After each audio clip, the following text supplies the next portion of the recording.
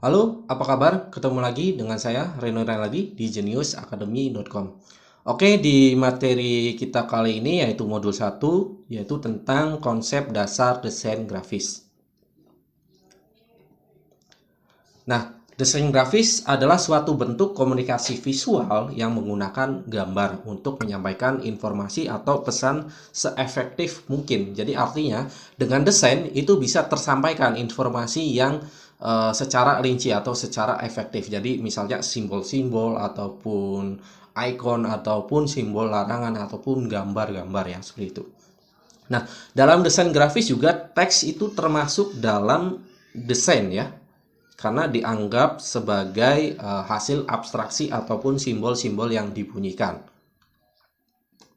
Oke, kita lihat dari sejarah desainnya dulu.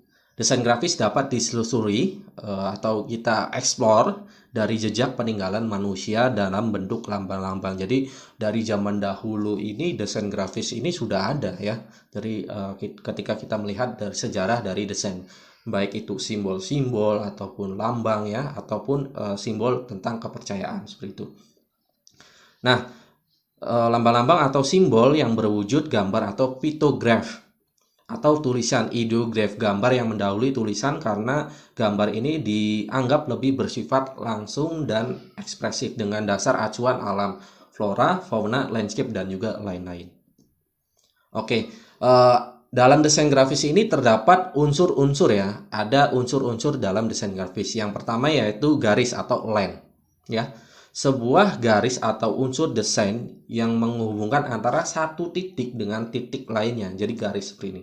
Ini juga dianggap sebagai desain. Nah, di sini poin dengan titik poin yang lain sehingga bisa berbentuk garis, lengkung ataupun garis lurus atau kurva atau straight. Jadi nanti teman-teman juga nanti akan belajar nanti di software CorelDRAW-nya nanti gimana cara membuat garis ya atau membuat line secara straight, lurus lalu dilengkungkan garisnya. Oke, yang kedua adalah bentuk atau shape atau berbentuk objek. Misalnya dari objek lingkaran, shape ataupun objek-objek lainnya. Lalu dari bentuk itu akan dirubah, bentuknya akan dimanipulasi ya, seperti itu. Bentuk adalah segala hal yang memiliki diameter tinggi dan lebar. Bentuk dasar yang dikenal orang adalah kotak ya.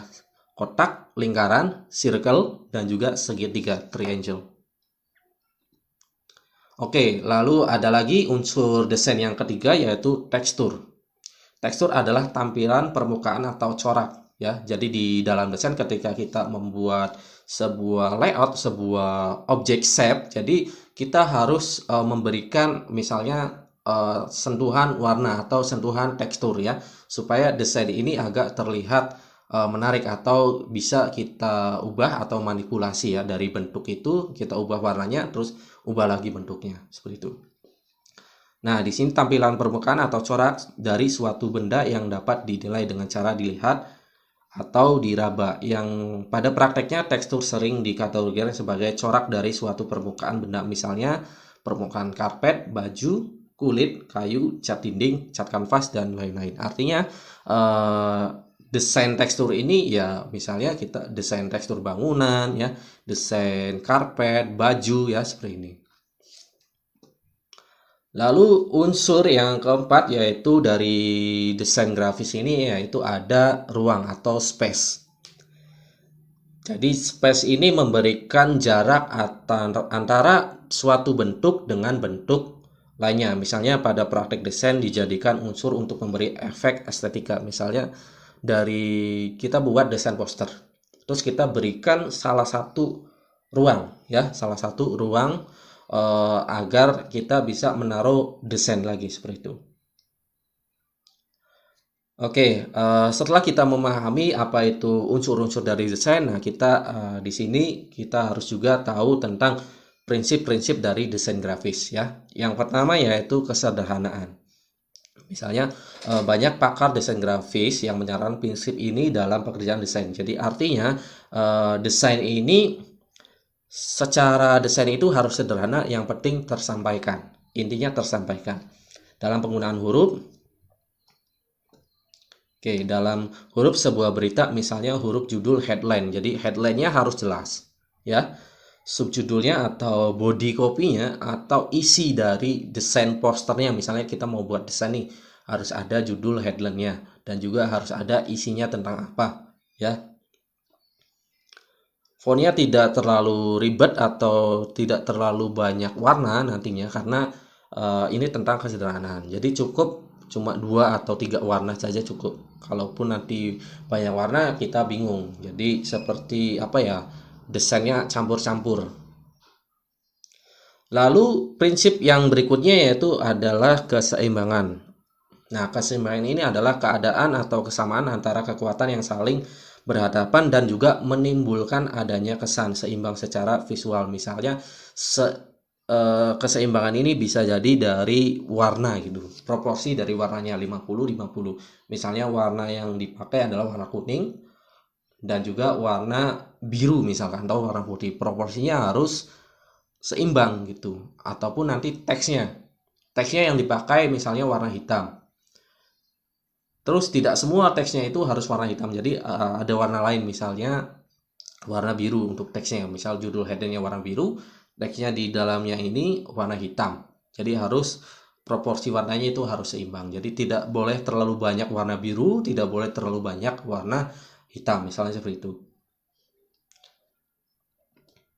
Oke, prinsip desain yang ketiga atau yang selanjutnya yaitu kesatuan atau kohesi. Konsisten, ketunggalan atau keutuhan yang merupakan isi pokok dari komposisi. Contohnya adalah ilustrasi, garis, teks yang diberi raster sehingga memberikan kesan kesatuan. Artinya desain yang dibuat ini menyatu ya, menyatu atau utuh ya. Oke, selanjutnya prinsip desain yang keempat yaitu tentang penekanan atau aksentuasi. Yang dimaksud di sini adalah menarik perhatian. Jadi desain yang dibuat itu harus menarik perhatian, harus ada titik fokusnya atau mana nih yang mengandung perhatian si pembaca seperti itu. Harus ada yang ditampilkan atau harus ada yang ditonjolkan supaya bisa menjadi pusat perhatian seperti itu. Lalu prinsip yang selanjutnya yaitu irama atau repetisi. Irama merupakan pengulangan dari unsur-unsur pendukung karya seni. Irama merupakan selisih antara dua wujud yang terletak pada ruang serupa dengan interval waktu, dua nada musik yang beruntun. Desain grafis mementingkan interval, ruang, ataupun kekosongan jarak. Artinya ini sama seperti unsur yang sebelumnya ya, yaitu space ya. Memberikan unsur-unsur pendukung ya. Jadi bisa jadi unsur ini dari desain yang dibuat ini mengandung unsur-unsur 3 unsur gitu ya, seperti itu. Oke, seperti itu saja tentang materi, tentang prinsip-prinsip dan juga konsep dasar desain. Oke, terima kasih dan tunggu materi selanjutnya. Halo, apa kabar? Ketemu lagi dengan saya Reno Renaldi di Jeni